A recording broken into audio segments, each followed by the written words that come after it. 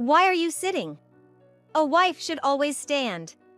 At 7 months pregnant, I felt a sudden pain in my belly and sat down, only to have my husband, Derek, kick it. Hey, Derek. What the hell are you thinking? Shut up. Besides, the baby in her belly is just a girl anyway. Mike, with a changed tone, spoke up to Derek. But Derek retorted without giving any regard to me, acting all high and mighty. I just stared at the retreating Derek. Without noticing my gaze, Derek, smirking, went back to his seat. But my attention shifted to a figure standing in front of Derek. What? And that person took an action against Derek. My name is Catherine, a 30-year-old housewife. I moved to New York for college from a remote part of Nebraska and started working. 2 years ago, I got married, and now I'm expecting our first child. I met my husband Derek at work. He's the son of the CEO of our business partner. Derek, although the second son, is currently working as an executive. He graduated from a renowned international university, a typical elite. However, there are rumors that his elder brother, Mike, might become the CEO. Derek isn't the direct heir, but he seems to plan on working in the company for the long run. At first, I wondered why someone like him would be interested in someone like me. Even so, Derek's relentless invitations to go out didn't stop, and eventually, I gave in and we started dating. Derek was very kind, and his company is well established. I was increasingly attracted to Derek, and I decided to marry him. Upon marriage, I quit my job. It was because of the words of my mother-in-law, Michelle. A woman should naturally settle down once she's married. At least until the child is 3, the mother should take care of them. When I announced my pregnancy, Michelle was the first to say that to me. Apparently, she didn't like the fact that Mike's wife, Emily, neither quit her job during pregnancy nor after childbirth. It's sad to think about daycare. Letting a child stay at daycare and working might give off a vibe that our company's unstable, don't you think? Every time we visited, Michelle would mumble complaints and gossip about Emily. Hearing that, even Derek didn't try to stop Michelle and would add, Mike just gives Emily too much freedom. I wasn't familiar with the dynamics of a business family. There might be something between the eldest son's wife and the mother-in-law that I don't understand. That's why I couldn't say anything during their conversations. However, taking my silence as consent, both Derek and Michelle assumed I shared their opinion, and their gossip about Emily only got worse. After all, even if Emily doesn't work, it won't hurt the company. I wonder if she's saving money in case she wants to divorce Mike one day. You know, it's never a good thing when a woman has money. There were times when I thought they went too far, but I was too timid to retort. I had heard that Emily wanted to continue working because she believed the company needed her. But Michelle didn't seem to like that comment. Catherine quit right away, so I don't have to worry about that. Unlike Emily, I wasn't against quitting my job. So when I was advised to resign, I didn't resist much. However, I certainly felt uneasy around Michelle and Derek, despite never sharing my feelings with them. After getting married, I became a stay-at-home wife. Yet, Derek started making condescending comments about me. You're not working, so at least do the housework properly. He would grumble every time he came home. Of course, I did what I could, like cleaning, laundry, and preparing meals. But being new to the role of a housewife, I didn't know what more I could do, and I grew uneasy whenever Derek was around. He started complaining to my mother-in-law that, despite being a stay-at-home wife, I couldn't manage the household chores properly. My mother-in-law took his side and started scolding me too. Catherine, you really need to support Derek properly. Our daughter-in-laws just seem to be so unhelpful. Michelle started scolding me too, and every time I visited my in-laws, I felt more and more belittled. Still, she's better than Mike's wife. Those two never even come around here. Well, that's true. But being told that, I felt I couldn't distance myself from my in-laws. If I tried, who knows what they'd say about me, especially with Derek's smug remarks. Over time, I started thinking that at least I was better off than Emily. No matter how hard Derek was on me or how much Michelle scolded me, thinking I was better than Emily somehow helped me cope. After some time, I found out I was pregnant. Both my in-laws and Derek were thrilled. One day, I went shopping alone for dinner. But on the way, I felt sick and had to sit down on the side of the road. "Are you okay?" Someone approached me. "Oh, Catherine? What's wrong?" It turned out to be Emily. She had finished her part-time job early and was on her way to pick up her daughter from daycare. While others just walked by without saying a word, Emily stopped her car to check on me. Having heard so many stories about Emily from Derek, I was hesitant to trust her. I told her I was fine, but Emily insisted on giving me a ride home. I hadn't finished shopping, but I was in no condition to continue. I reluctantly got in her car, and she bought me a tea and dropped me off at home. It felt like the first time in ages someone had been kind to me. I couldn't help but tear up. Perhaps because of the morning sickness. Emily listened and comforted me throughout. Later, she remembered I had mentioned struggling to find foods I could tolerate and brought me some jellies and ice creams. "I could eat these when I had morning sickness, but I'm not sure if you can." I was really grateful for her gesture. But that night, when Derek opened the fridge and saw all the jellies and ice creams, he frowned. "What's with all this? Wasting money when you're not even working?" I retorted. "It's not like that. Emily brought them for me. She said she felt bad for me because of the morning sickness." "Emily? My sister-in-law?" I nodded. While I was on the street, I suddenly felt ill and couldn't move. By coincidence, it was Emily who came to my aid.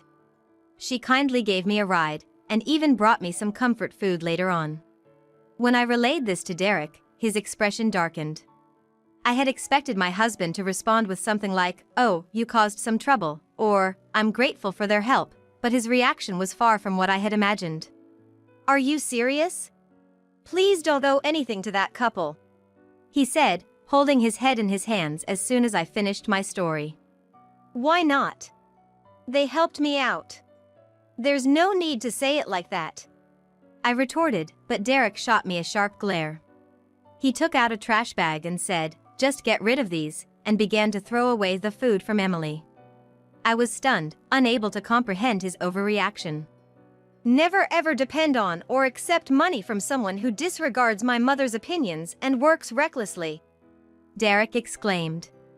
It seemed Derek considered Michelle's words as law. I was at a loss for words. After that, Emily tried to reach out to me multiple times, concerned about my health, but I always brushed her off, fearing Derek's reaction. There were days when I felt horrible and wanted to ask someone for help. No matter how severe my morning sickness was, if I slacked off on house chores, Derek would complain. But I could never bring myself to ask Emily for help. Somehow, I managed to get through my morning sickness, and I've reached my 7th month of pregnancy. At my last checkup, everything seemed to be going well with the baby's growth, and we found out its gender, so we've slowly started preparing for the birth. Looks like it's gonna be a girl. I immediately shared the news with Derek, but he didn't seem particularly interested. I guess men often find it harder to grasp the reality of becoming parents, and Derek is probably no exception. I didn't say anything more on the matter. And then, the new year arrived. Every New Year's Day, relatives gather at Michelle's house. Even Mike's family, who usually doesn't visit, would come as a complete family unit for the New Year's celebration. "We're back. Happy New Year!" Derek and I visited Michelle's place together on January 2nd. "Happy New Year! Catherine, how are you feeling?" It seems that Mike's family had arrived before us, and Emily immediately spoke to me. "I'm doing fine, don't worry about it." Although the words were directed at me, Derek responded to Emily with a forced smile and went inside without properly greeting her. "I've been waiting for you, Catherine. It's been lonely without someone to chat with." Michelle greeted me as she always did. Even though Emily was there. I greeted Michelle with a wry smile. But then, an incident happened that evening. To prepare for dinner, Michelle, Emily, and I were all in the kitchen. In the living room of Michelle's house, there were about 15 family members gathered, including uncles of Michelle's husband. Derek, who was already enjoying a drink, was the loudest amongst the relatives. "Work is going well. Catherine always listens to me and Mom, so life's been good." It wasn't really a compliment to me. It was clear to everyone that he was making a dig at Mike and Emily. "Catherine, can you pass the beer?" "Sure." Michelle seemed to prefer asking me over Emily for help. I was constantly on my feet, despite being heavily pregnant. But moving around so much caused my belly to tighten. Emily was the first to notice. "Catherine, you've been rubbing your belly for a while now. Are you in pain?" "Oh really? You should have said something. Take a break." Although Michelle's tone was a bit sharp, she told me to rest. I took a seat in the room next to the living room, rubbing my belly and watching everyone. In front of me, Mike was feeding their son, Sean. "Catherine, are you okay? Don't be afraid to tell Michelle if you can't help out. It's important to take care of yourself." "Thank you." Mike spoke kindly to me. We chatted for a bit. He shared stories of when Sean was born, what he likes now, and I found it quite informative. It was also evident that Mike was very involved in child-rearing. "Do you know the gender of your baby yet?" "Yes, it seems to be a girl." "That's gonna be so adorable." However, Derek didn't seem pleased hearing our conversation. He got up with a displeased expression. I thought he was going to the restroom, but he came straight over to me. "What are you sitting around for?" "Huh?" Caught off guard by the sudden question, I couldn't respond properly. When I asked Derek again, to my surprise, he kicked me in the stomach. It wasn't with a lot of force, but it made me yelp, and I curled up in my chair, clutching my belly. The shock of being treated that way was greater than the pain, and I couldn't move. Such an overreaction. A wife should always be on her feet. You let my mom work and you're just sitting here chit-chatting. What are you thinking?" Derek exclaimed. "Hey Derek! What the hell do you think you're doing?" Mike responded. "What's your problem?" "Shut up. Besides, the baby she's carrying is just gonna be a girl anyway. She'll eventually get married off and won't be of any use to the company, so who cares?" Mike raised his voice, confronting Derek. But Derek brushed him off, not caring how it affected me, acting all high and mighty. "Hey! You're crossing a line." I couldn't see who it was, but I heard one of our relatives reprimanding Derek. "I've decided I'm not gonna be a spineless husband like some people, always pampering their wives. If my wife's acting out, I gotta correct her," Derek said, laughing and distancing himself from me. "Mike doesn't even have control over Emily, letting her do whatever she wants. You think someone like that can manage employees in the future? Dad, maybe you should think about it too. I think I'd make a better CEO. I'm sure even Mom thinks so." Finally, I got a sense of what Derek was thinking. Derek's act of always siding with Michelle and being at her beck and call was probably to have her on his side, including bad-mouthing Mike and Emily. He was envious that Mike, being the eldest, might take over the company. He probably hoped to use Michelle's influence on his father to secure his position. For that reason, he must have been forcing me to act in a way that would make me likable to Michelle. I looked up and glared at Derek. He didn't even notice my stare, smirking as he sat in his chair. However, my gaze shifted to Joe, my father-in-law, who had risen in front of Derek. Once Joe confirmed that Derek had taken a seat, he stood up in turn and approached Derek without saying a word. "What?" Then, out of the blue, Joe gave Derek a hard kick. Everyone was stunned. Even Derek was staggered, his eyes darting around in shock. "You don't have a child in your belly, so you should be fine standing for a bit. Besides, if the child is wrong, it's up to me as the father to correct it," Joe said, trying to grab Derek by the collar. "Dad, calm down." The one who stopped it was Mike, who had been ridiculed all along. "Mike, aren't you pissed being talked down to like that?" Joe retorted. But Mike just laughed. "Not really, I actually feel sorry for him." "Huh?" After all, he's so obsessed with the title of CEO that he can't even value his own family. If he wants the position that badly, let him have it. Derek's face turned beet red at those words. The company and title he so desperately wanted. Mike was so nonchalantly offering it up. He must have felt like he lost to Mike, and being pitted made him even more embarrassed. Besides, I believe family is about cooperation and respect. I don't plan to control them. The same goes for our employees. I've always wanted to build a company where employees cooperate and respect each other. I'm not good at controlling people, so if Derek is, maybe he should do it. After all, family is more important to me. By this point, it was clear who was truly fit to be CEO. Mike had twice suggested that Derek take over, but Derek couldn't find any words to respond and just sat there, his face still red. But all I did was. Derek was just opening and closing his mouth in shock. Okay, that's enough. Emily intervened, breaking the tense atmosphere. Thank you, Joe, for defending Mike, she said. Joe looked slightly embarrassed, while Derek just looked down, frustrated. Derek, did you think Mike can't control me just because, as Michelle says, we sent our son, Sean, to daycare before he turned 3? Well, yeah. It's a CEO's household, and we gotta think about how we look from the outside. If Mike really cared about that, he wouldn't let you work, right? Derek said, his voice confident only when he felt he could counter. Seeing that, I couldn't help but be exasperated. True, but Mike has thought about it. He did ask me to quit. But I wanted to work, so if you're gonna blame someone, blame me. Comparing the two, Mike and Emily's relationship seemed wonderful. They respected each other's wishes and cared deeply for each other. Thinking about how I'd been worried about Michelle's opinions in the past seemed silly in retrospect. Until the child is 3 years old? What's that all about? Did my wife ever mention this? Joe seemed unaware of Michelle's statement. He let out an exasperated sigh. Emily and Catherine, I'm so sorry for any trouble caused by my wife's remarks. Oh, don't apologize. And hearing what Derek said earlier, I can't help but think that my son's foolishness has made you feel uncomfortable, Catherine.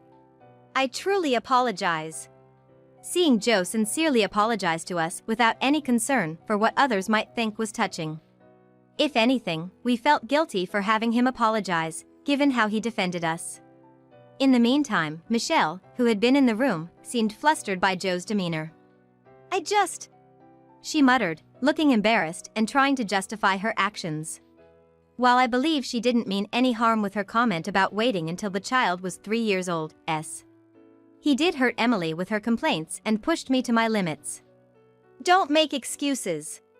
Don't you feel ashamed for meddling in child-rearing? Joe reprimanded Michelle. At his words, realization seemed to dawn on Michelle about the folly and irresponsibility of her remarks. Emily, I really owe a lot to your family's business. I'm more than happy for you to continue working with us. I understand the company wouldn't run without you. I hope we can continue our professional and personal relationship. But honestly, I had no clue what he was talking about. Huh? Derek, Michelle, and indeed the entire family were perplexed by Joe's words. Come on, Dad, I told you not to mention anything about Emily's family business. Mike chuckled, and following suit, Emily also laughed awkwardly. What's going on? I asked Emily. Everyone must have been thinking the same thing. Emily finally spoke up.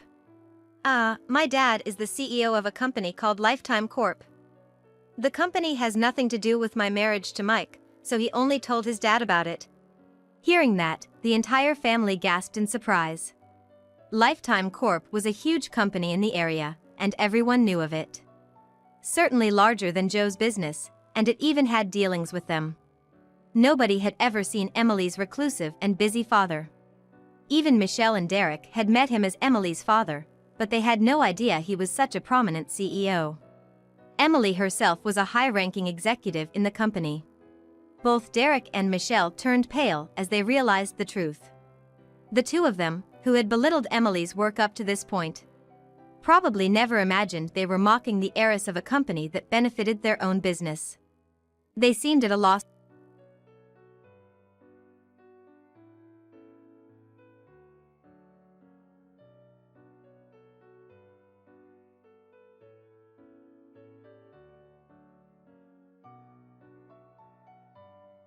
Emily, I doubt you can care for your employees.